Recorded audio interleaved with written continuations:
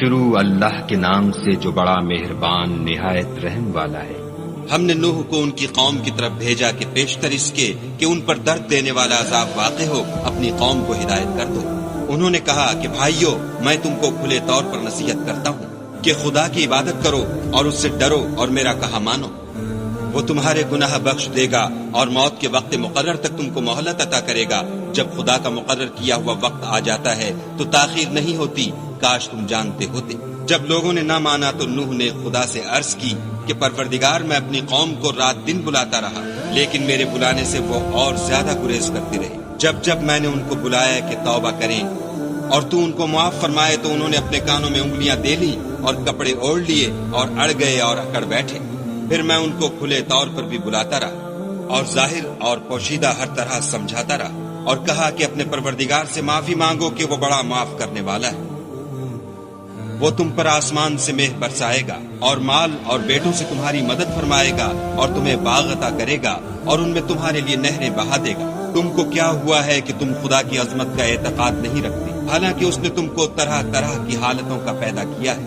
کیا تم نے نہیں دیکھا کہ خدا نے 7 آسمان کیسے اوپر تلے بنائے اور چاند کو ان میں زمین کا نور بنایا ہے اور سورج کو چراغ ٹھہرایا ہے؟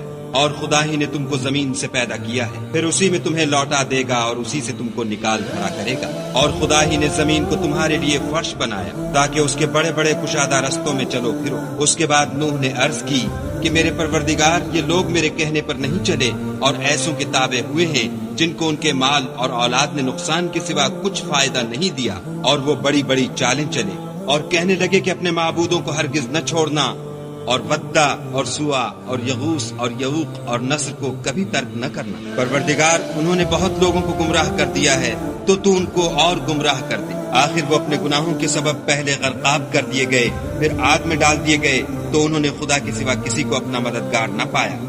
اور پھر نوح نے یہ دعا کی کہ میرے پروردگار، کسی کافر کو روئے زمین پر بستا نہ رہنے دے۔ اگر تو ان کو رہنے دے گا تو تیرے بندوں کو گمراہ کریں گے، اور ان سے جو اولاد ہوگی وہ بھی بدکار اور ناشکر گزار ہوگی۔ اے میرے پروردگار، مجھ کو اور میرے ماں باپ کو اور جو ایمان لا کر میرے گھر میں آئے اس کو اور تمام ایمان والے مردوں اور ایمان والی عورتوں کو معاف فرما، اور ظالم لوگوں کے لیے اور زیادہ تباہی بڑھا۔